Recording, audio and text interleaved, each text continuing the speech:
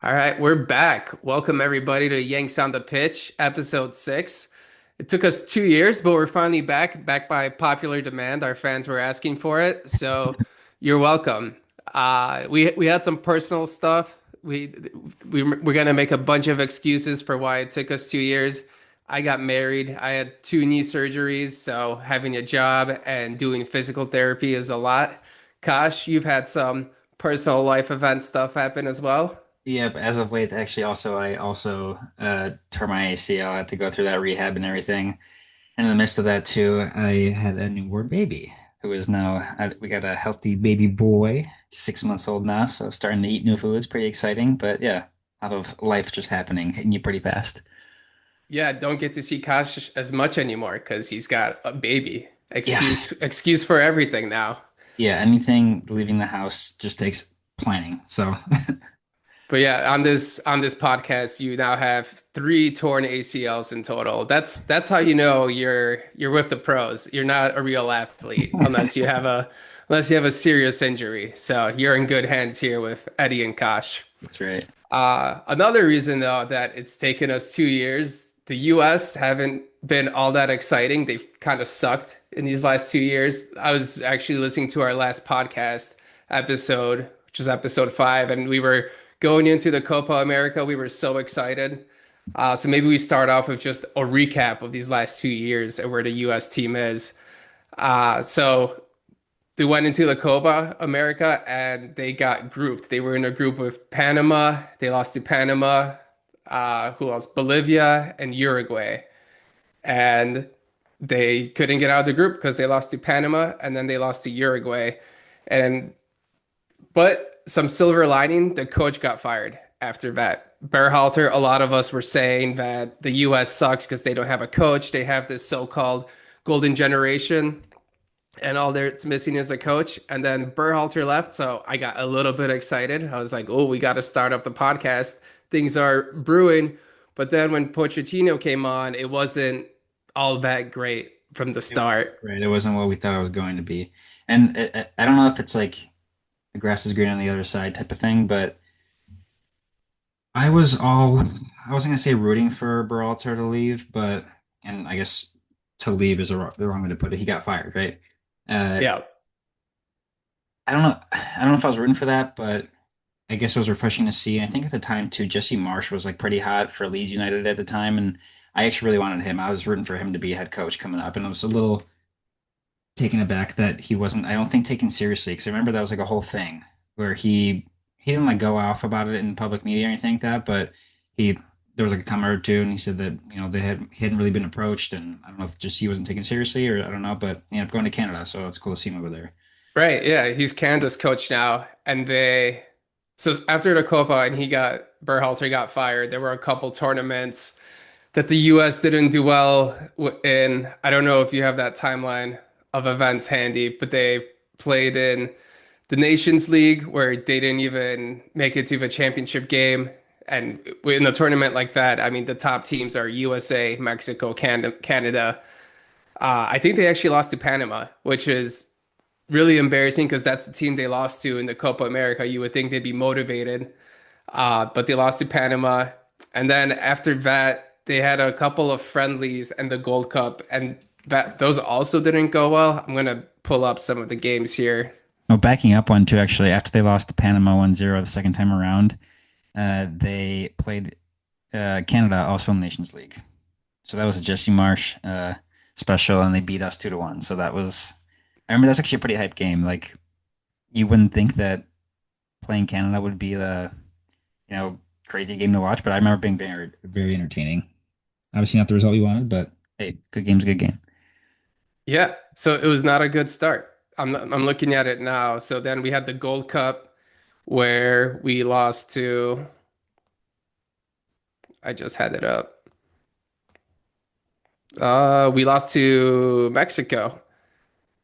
And then after that, we had a couple of friendlies. We lost to South Korea. We tied Ecuador. And then things started getting a little bit better. So at the beginning, Pochettino, it was not going well. I was kind of like, oh, I guess we weren't just a coach away. Like maybe we just suck. But then things started stringing together. We beat Australia, Paraguay, all in friendlies. We beat Uruguay 5-1, which, yeah, it's a friendly, but beating Uruguay 5-1 is kind of a big deal. So it seems like things are starting to string together a little bit. Pochettino is imposing his tactics and also kind of a change in mindset. He's trying to get the players to be more proud of that they're playing for the U.S. He's called out a lot of players, and he's also brought up a couple newcomers, like Diego Luna is probably one of the bright spots of these last 2 years that we weren't really talking about 2 years ago. So there are things to get excited about, and of course the World Cup coming up. Yeah, Pochettino coming in, I feel like he definitely shook up what we thought we knew was like our core lineup. I know there was some competing games where I don't think some of the national team players were playing because they were being held back for their club reasons or things like that. But yeah, Yeah. I mean, Pochettino brought in new players like you said, like the Luna and some of the other guys, but just like I don't know. I think maybe that's why I started to miss Peralta because what I thought was his starting lineup. I thought that I was comfortable with that lineup. I know it didn't always work out, but I was like, these guys are our guys, and I don't know. It's been a little different feeling since then. Yeah, but I think those guys are still our guys. It's just that they like don't come back for the tournaments. Like Gold Cup, none of the guys, the main guys, like uh I almost said Donovan. None of the main guys like Pulisic, Tyler Adams, McKinney, none of them come back.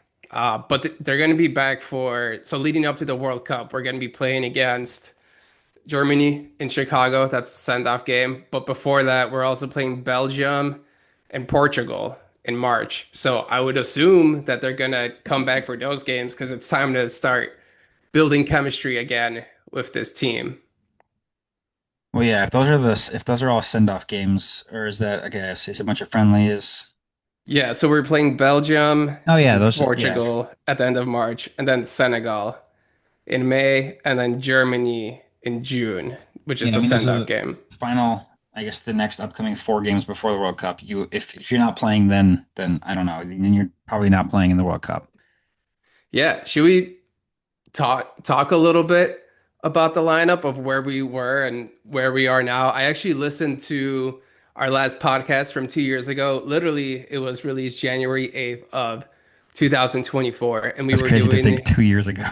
yeah, we were doing the 2020 or 2023 awards and then what we're expecting in 2024. And we spent half of that episode talking about Matt Turner and what we're going to do at goalie. And here we are 2 years later, and I still like there's still no answer. I think the answer is that Matt Turner is not going to be the guy, but like we still don't have a clear number one. Well, that was so confusing to me, and I still don't really know the full story or like what happened there. Is Matt Turner was like hot, kind of, I He, guess, he just kind of and sucks. yeah, and then I don't know when Matt Freeze kind of stepped up and took the starting. For some reason, when that first started, I thought it was like, hey, let's try this out type of thing, and have him try to be a number one. Maybe that's what the idea was, but I honestly didn't know kind of where Matt Freeze came from. And then is he our guy now? Supposedly, I don't know. Yeah, I think it's As in, either him or Patrick Schulte. So I'm assuming they're gonna interchange them in those 4 games leading up to the World Cup. But it just kind of sucks because like we were blessed with Tim Howard for so many years, and we thought maybe Matt Turner will be the guy. Turns out he's not. But then we were also like, oh, maybe Zach Steffen or Gaga Swanina. Like we had all these young goalkeepers, and it just amounted to nothing. Like we don't have a number one goalkeeper where it's like this is for sure our guy, like Tim Howard. And yeah, I think that's still the biggest question mark leading going into the World Cup. yeah. But I mean, I guess I was also thinking to like comparison to other teams. For some reason, I was drawn to England. Like England's always going to be a top competitor in the world. Like who's their number one goalie? I feel like they've never like even when they pulled up what's his face, Pickford, and put him in net. Like he's been pretty good, but I never thought he was exceptional. Yeah, I guess so, but they just have talent everywhere else. Hey, so do we. Not as good at seeing. Oh, maybe let's talk about the other positions then. Like Yeah. on defense, I think we're set because we got Anthony Robinson, Serginho Dest, Chris Richards, and I mean, probably Tim Ream is getting a little older, but those would probably be the back four, assuming that we play with a back four. I know Pochettino was experiencing with three in the back. Yeah, I know Max Arston too has been seeing some time. For me, I feel like whenever I've seen or caught games or watched highlights, it's just always been like he's always seemed like he's been creeping up and acted like a midfielder. But that's also kind of what I've seen or what I envision Dest is doing the same thing. He's just a little further back, I feel like. But Yeah, and then there's one more guy. I forgot his name. He would go on for Dest every now and then. He plays in Germany. I forgot defender, his name. Yeah, nah,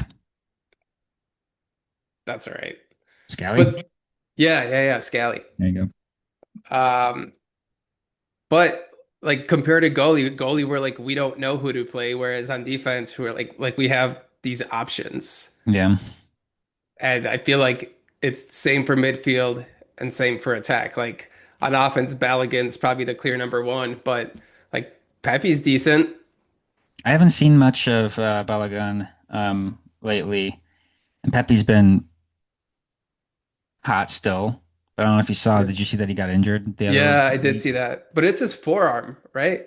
I think. Yeah, it was weird. The video, like, I don't think his arm snapped, but it was like kind of a version of that. Like, it looked kind of bad, and it was unnecessary. He was like sliding into goal. I think it might have been like a half tap in, but it was a good goal. And then a little scary to see that. Yeah, but he'll be back. It's just an arm. He could play Yeah, if anything, without an he arm. takes some time off, which is might be good, I and then he did gets see back into he's scoring form. yeah, he's gonna be out for 2 to 3 months, I think it said. So he'll be back. I and then Josh Sargent. I mean, I don't really know who our number three is. It's like either Haji Wright or Josh Sargent. But honestly, like I mean, between Balogun and Pepe, like Yeah, I like it's okay to Sargent. not. I've always liked him. He's lit up the scoring sheet on for who is it, Norwich City. Yeah, but I did don't know you if you saw that. see what they were saying today about it? There's been a little bit of drama with him sitting out a game, right, or something like that. And Yeah, no, he wants to like come back to the US to be closer with family, and he was having conversations with the team about it. And I don't know if it's the manager or the president of Norwich. Apparently, he like insulted Josh Sargent's family, and Josh Sargent or a left the comment was made or room. something like that. Yeah. Yeah, he, like pissed off and doesn't want to play now. So Well, there was a game like that he decided to sit out, and I thought it was because negotiations with Toronto FC or whoever he's talking with in the MLS is happening. I think I saw they put in an offer, and then Norwich City said that it's not high enough, which is great to yeah, hear. But that also brings up a good point I wanted to like ask about is I still don't see the MLS as a league players who are in their prime should be going to. But then again, if you see that, I was just actually surprised to see the price that Toronto gave for Josh Sargent. It was like I don't even know 15 million or something, which yeah. may not be a lot, but I mean, like I didn't expect to see that number coming from an MLS team. So you said you don't want the players in their prime I playing don't in the think so. MLS. Let me Unless ask you this: what would you prefer? Gio Reyna not playing at all in Germany or very limited minutes now, or coming to the MLS and actually playing. okay, well, Germany, Italy, England, they all got I think those are the top three leagues in the world. So if you don't get starting time there, you can get starting time like in the any of the other five next up leagues. You know what I mean? Like, Yeah, that's true. But so I mentioned I was listening to our podcast, the last one. We spent half of it talking about the goalie situation. The other like 5, 10 minutes we probably spent on Gio Reyna because after the World Cup, we were like, he needs to play. He needs to play. He showed potential. He's barely played these last 2 years. yeah, So I don't really know where we are with our midfield. I mean, obviously Pulisic attacking winger, but then after that, like Musa's fallen off.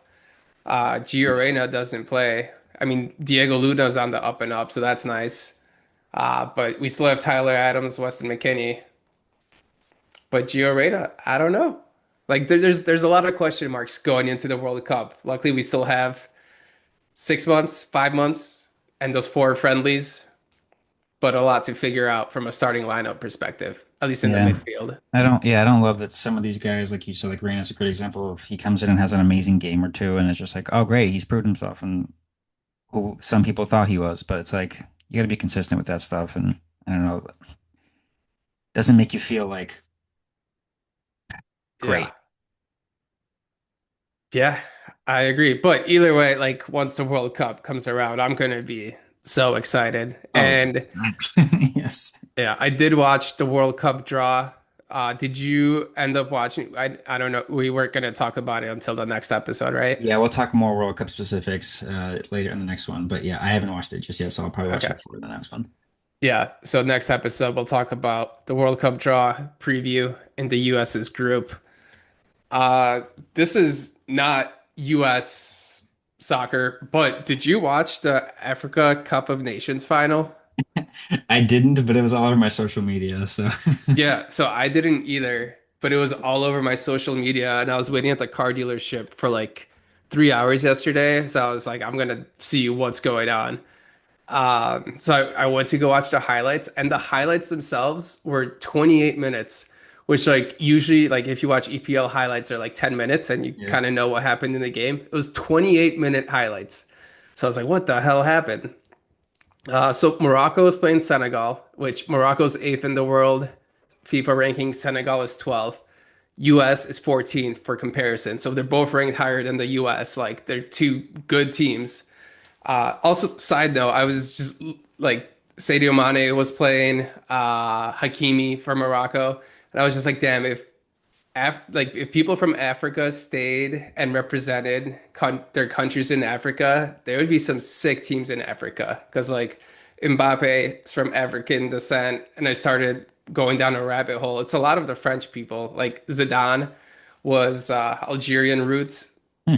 so I was like, they have so much talent if they stay there. But anyways, in the game, starting in the 92nd minute, so like in extra time already, Senegal scored off a corner, but the ref called it back because of like a ticky-tacky elbow call, kind of like you would call that a foul if you're on offense, try and you score a goal, but if you're on defense, like you wouldn't call a penalty for it. Yeah. So like they called the foul, no goal for Senegal. But then 3 minutes later, in the 95th minute, Morocco gets a corner and scores. But they call, or sorry, Morocco gets a corner and the Senegal clears the ball, but the ref goes VAR and he calls a penalty kick because of like a little ticky-tacky elbow takedown. So then the Senegal coach makes all of his players leave the field. And like 10 minutes later, so for a basis point, the corner was in the 95th minute, and then the penalty attempt was in the 113th minute. So that was 20 minutes past that the Senegal players leaving the field, coming back, penalty gets taken, It sounds like a penalty. men's league situation where it's like, Yeah, all right, guys, no, come on. it's crazy. This isn't more like I didn't watch it to watch like skillful soccer, even though like there was skill. It's more so for like theater and entertainment. Like, can you imagine if this happened in the Euro or Copa America or World Cup?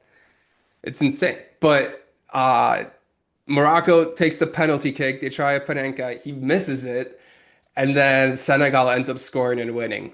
So just and this game was also in Morocco. So just Yeah, I mean, insanity. there was rumors that the Panenka was missed on purpose. I don't know if you saw that, and that everyone kind of. But I this is did see like, that. and then did you see the whole thing with the Beckham goalkeeper trying to give Mendy the Yeah, the towel. towel? Did that like?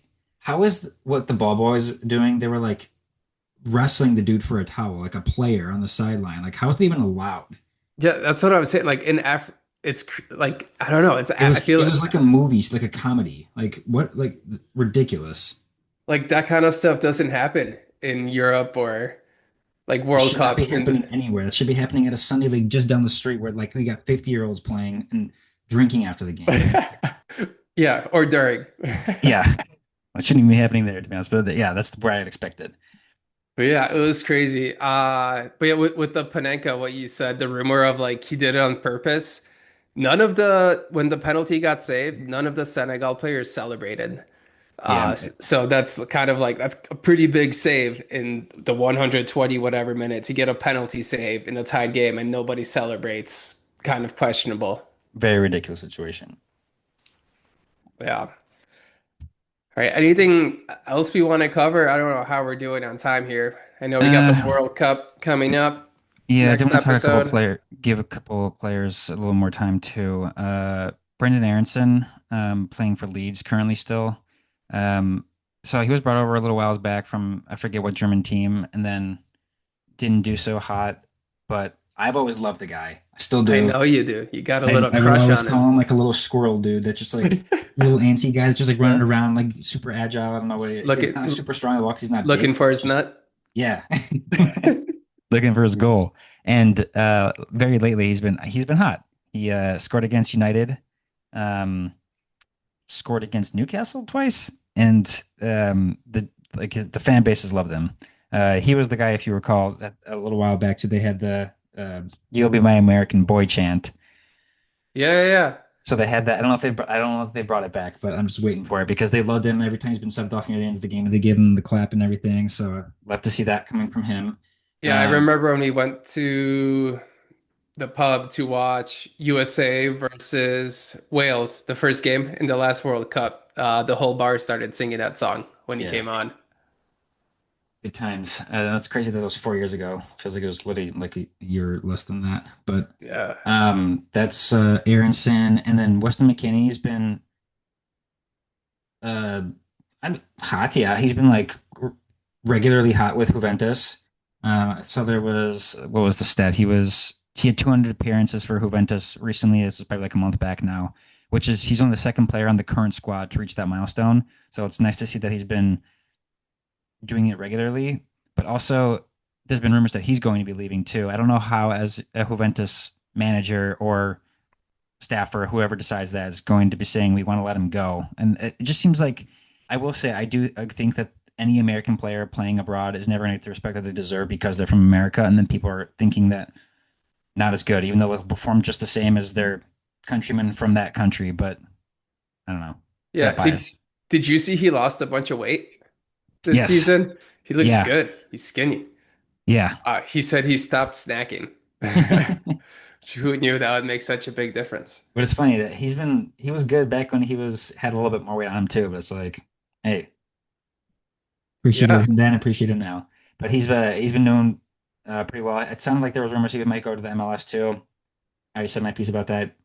I think at our generation, if you're growing up, you always had dreams of playing in Europe. You should stick to that. But I guess if there's money coming from the MLS, and you can, I mean, guys will come to the MLS and do great too. So if you can do that, then that's great. Yeah. I'm all for them coming back. Then we get to watch him here with cheaper tickets than the World Cup. I'm surprised you haven't bragged about your World Cup lottery situation. That's for the next episode. Okay. And then the only other person I want to talk about too is Pulisic, and he's also been hot for AC Milan. But same situation. I feel like people are thinking that he's not. There's that bias. He's like the American guy, so he's like he's doing all right, but he's been doing great. He's actually been Really? putting up really good numbers. Yeah, Um, I feel like they've been saying that he's doing awesome. Like I feel like he's the one that does have respect, at least in Italy. I don't know. Maybe, yeah. I guess maybe for the Italian fan base there. But he's been like putting up more goals per minute or something like that. He might be the number one or number two in the league. At least he was a month or two ago. Yeah, he's Um, sick. but what scares me is when Pochettino came in, Pulisic, I feel like hasn't actually gotten a lot of playing time. And he was one of the players that set out. I remember now why is because when they were doing those games in that whatever the Gold Cup or Nations League, whatever it was, that was the same time that the what is it, the Club World Cup was happening. So like the Juventus, the AC Milan, like all these players, they didn't play because they were playing for their club teams. Just like a goofy thing because it's like I don't know at the time how serious this thing was. I don't think anyone really does. It was kind of a strange tournament, but whatever. It was in the States Yeah. too, right? So it was interesting to see that. Yeah, that's why these next four games, like they're just going to be friendlies, but that's the first time that this team is playing together since probably like since the World Cup, really. Yeah, so that's Or what worries me is that sorry, since the Copa America, which that did not go well. yeah, so what worries me is like Pulisic, like a guy like Pulisic, it hasn't gotten playing time. Does Pochettino take him seriously? That's what I'm worried about. I think he has to. He's so good. I mean, Like he has to be on the starting lineup, but maybe some of the other guys, I get it, but with Pulisic, you can't not start him. Who would you even start for him? Like I don't even know who you start for. There's nobody. I mean, we got a secondary lineup that he's been playing with in these tournaments when these guys have been gone. So Yeah, but it's Pulisic. Like you can't I not don't know, but I start feel like but your Pochettino's best had these player. interviews where he said things like, I don't choose the players based on like basically what he's saying is like I'm not choosing them because their names are like who they've been. He's like, That is you need to true. prove that you're here and like you're part of the thing. It's like, well, Pulisic hasn't been around to prove that he's part of the team. I don't know. Yeah, you're right. And Scares me. I actually do like that he's doing that, that Pochettino's doing that. But I think like once they have camp and these 4 games come around, like I think it's like a coaching tactic of like trying to get the players to care about the US men's national team. Because like I feel like they don't like this golden so-called golden, I'm not going to call them golden generation because I don't think they are the so-called golden generation. Like it seems like they didn't care at times. So I think Pochettino is trying to get them to care. And then once these World Cup warm-up games, once camp is there, I think that's kind of like a coaching tactic of getting them to try hard during the camp, telling them about like, hey, your spot's not guaranteed, even though Tyler Adams, you were the captain, Weston McKennie, you were a starter, but like we got these new guys now. So I think it's going to make it more competitive and make everybody care more. Okay, yeah. It's a good take, But actually. I like that. we'll see. Like I don't know. I'm excited because I actually have a bet with one of my friends that the U.S. is going to make I think they're going to make the quarterfinals in the World Cup because everybody thinks that they suck because they have sucked. But I'm like the expectations are pretty low, and so like they don't have any pressure because like in the last World Cup, it was the, oh, you have England in your group. In Copa America, it was like, oh, you need to get out of the group. What an easy group. And it's in the US, like easy. Whereas now it's like, I mean, I know we're not talking about the World Cup. They got an easier group, but I feel like they don't have as much pressure of this like golden generation. Oh, well, let's see what there is. And it's also the second World Cup for a lot of these players. Yeah, I mean the pressure's there, but we'll save it for the next one. Is there anything That else? sounds good. Nope. I think that's it. I think that's a good return. Shook off the rust. Took us 2 years, but we're back. Hopefully, it doesn't take us 2 years for the next one. No, it definitely won't, especially with the World Cup coming up in T minus 5 months here, right? Yeah. All right. Well, thanks everybody for tuning in. Hopefully, no other torn ACLs happen from now until the next podcast so that we could do another episode. Thank you all for tuning in. See you on the next one, everybody. Thank you.